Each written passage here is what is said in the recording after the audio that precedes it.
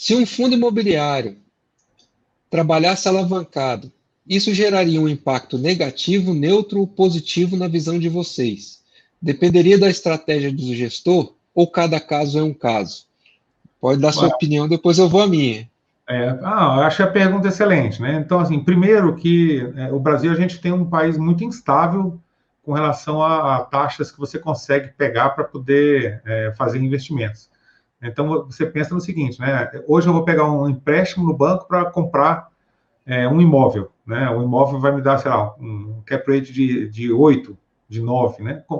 A quanto que eu consigo esse empréstimo? Se eu conseguir a 8, 9, não adianta nada, né? Então, eu conseguiria muito, muito mais baixo do que isso, né? Então, esse é o primeiro ponto.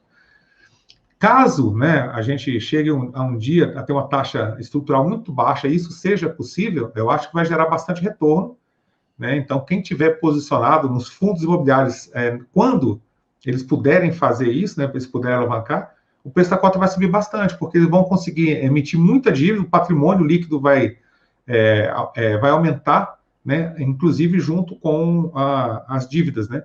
Então, sim, ele, na minha opinião, ele conseguiria, né, um bom gestor, tirar um bom resultado de uma alavancagem. Então, uma alavancagem muito bem feita, ela gera um retorno muito interessante. Isso acontece muito em empresa, por exemplo, né? Uma empresa lá, por exemplo, de veículos, revenda de veículos.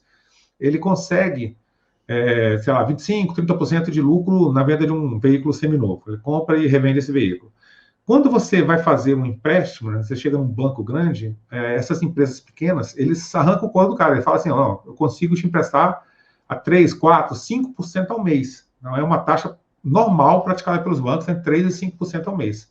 Né? Isso aí vai dar mais de 60% no ano. Só que o cara que tem a empresa e ele sabe que ele consegue girar esse estoque dele ali, né, ele consegue um retorno ali 80%, 90% ao ano, ele paga os 50% ao ano, 60% ao ano para ter um retorno de 80%, 90%. Então, ele alavanca, ele faz o empréstimo para poder fazer a aquisição de veículos, para poder girar esse capital dele lá e poder gerar mais valor com base não só no patrimônio que ele tem, mas como também o patrimônio de terceiros, de empréstimo. Então, sim, né, mesmo em ambientes muito ruins como no Brasil, você conseguir fazer uma alavancagem bem feita, você consegue gerar retorno. E aí, irmão, eu diria para você o seguinte, que não é nem positivo nem negativo com relação ao FII. Você teria aí, na verdade, um bicho diferente do que você tem hoje, tá? Então, não é que ele vai ser melhor nem que ele vai ser pior. Ele vai, em alguns pontos, ele vai ter uma vantagem, em outros pontos, ele vai começar a ter algumas outras características. Então, você muda a natureza do ativo porque ele passa a integrar outro risco que pode ser o risco que não está de acordo com determinado investidor, mas é que é muito desejado por outro investidor, tá?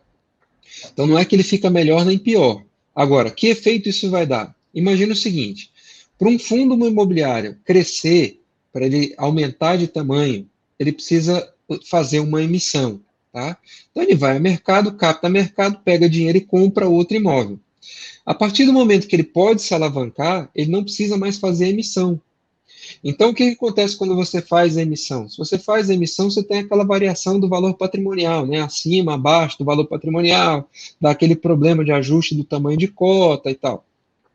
Quando você faz o crescimento orgânico, quer dizer, o próprio dinheiro do fundo já é o suficiente para que ele mesmo cresça, você começa ali a ter uma energia do próprio sistema que vai alimentando o fundo e ele vai crescendo cada vez mais, né?